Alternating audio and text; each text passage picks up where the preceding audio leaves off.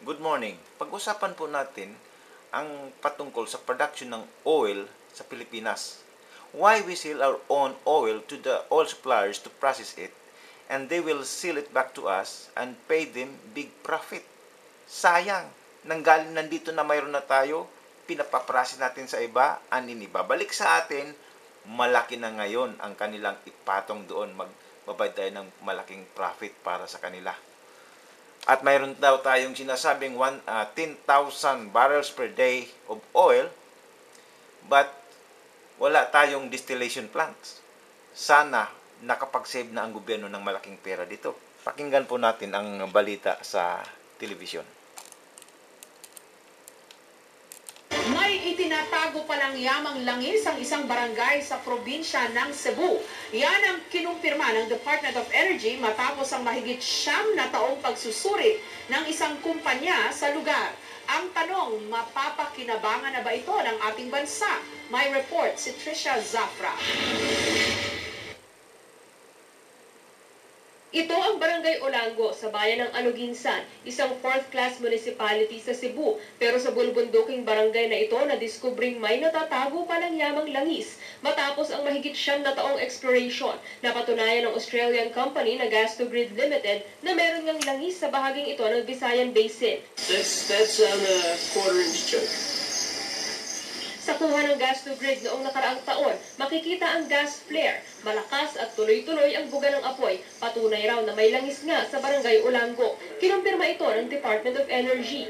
We are happy with the discovery because it shows that there is really a potential for possible commercial oil research in Cebu.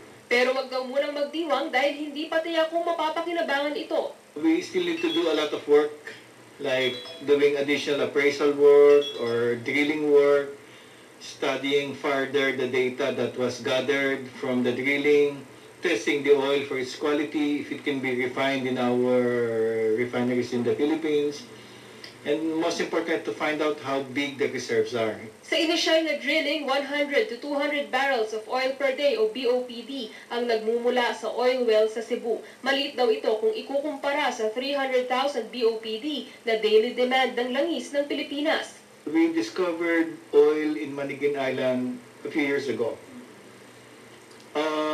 The oil becomes waxy when it is exposed to the atmosphere. We do not yet have the technology how to produce that oil. Hopefully in the future, technology will be developed. Kaya naman pinalawig ng DOE ang kontrata ng gas to grid ng isa pang taon. Tinatayang kalahati hanggang $1 milyong ang proyekto. The Philippine government doesn't actually spend a single cent in the exploration. Assuming it gets into commercial production, the Philippine government gets 60% of the net profit. So this is really a very good endeavor for the Philippine government.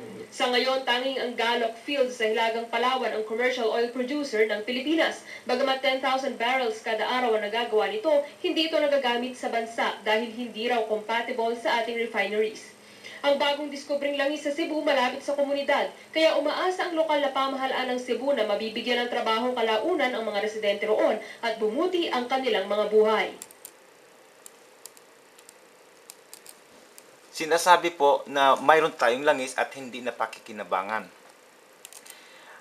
Yan po ang sinasabi nila, pero maaari pong hindi po dapat maging ganon. Dahil kung mayroon po tayong distillation plant at kung pinag-aralan po natin yan, paano malutas yung problema na yan, sigurado po mayroong paraan yan at mayroon na pong mga technology niyan na dapat po nating maaral po yan. So every time kung mayroon po tayong matutuklasan na oil, sasabihin po natin the oil refineries are not compatible. Ganun na lang lagi ang ating sasabihin at wala na po tayong gagawin. Ngayon, siyempre, hindi po talaga compatible yan dahil yung mga existing refineries po sa ating bansa ay mga semi-refined po ang mga oil na ginagamit o dinidistill dyan. Kaya hindi po talaga maging compatible yan.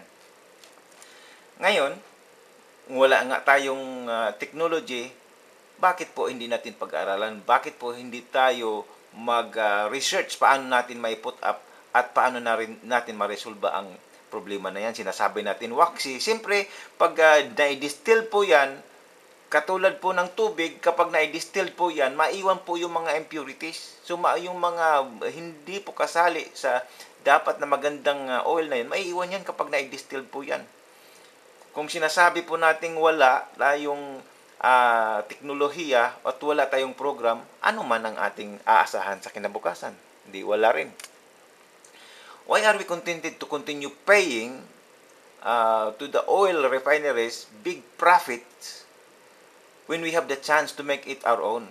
Bakit na lang natin gusto po natin, kontento po natin na magbibigay po tayo ng malaking profit sa kanila? Itong oil refineries, marami pong mga iba-ibang klase po yan sa buong mundo. Sigurado po tayo na mayroon pong kahawig dyan at pwede po nating pag-aralan yan. Siyempre, mayroon na pong mga basic processes niyan, heating, boiling, at lahat na process na yan, pwede po natin pag-aralan yan. Yung ibang bansa, nag-put up sila ng sarili nila, at kaya po tayo naiiwanan kasi kung mayroon po tayong problema, hindi po tayo nag-aaksyon. Naiiwanan po tayo sa ating pag-unlad sa ating pong bayan. Ngayon, sinasabi nila, our oil can't be used. Maari pong hindi po totoo yan. If we can use water as fuel supplement, ayon po sa ating pinag-aralan, marami na po tayong nai-install na mga sasakyan gamit po ang water. Iyan pa kaya, nakikita po natin nagliliyab na. Ikarga po natin yan sa ating ipapasok, subukan po natin yung ipasok sa ating sasakyan at mag-aralan kung epektibo ba, malakas ba ang power, bakit hindi natin gawin? Bang sasabihin kaagad natin, wala tayong technology, hindi po natin alam ang ganong klaseng oil, tigil na po tayo kaagad. Dapat mayroon po tayong gawing aksyon at para po hindi masasayang po ang ating pong yaman, yung ating langis. Marami pa po tayong matutuklasan at dapat mayroon po tayong program na gagawin. Salamat po.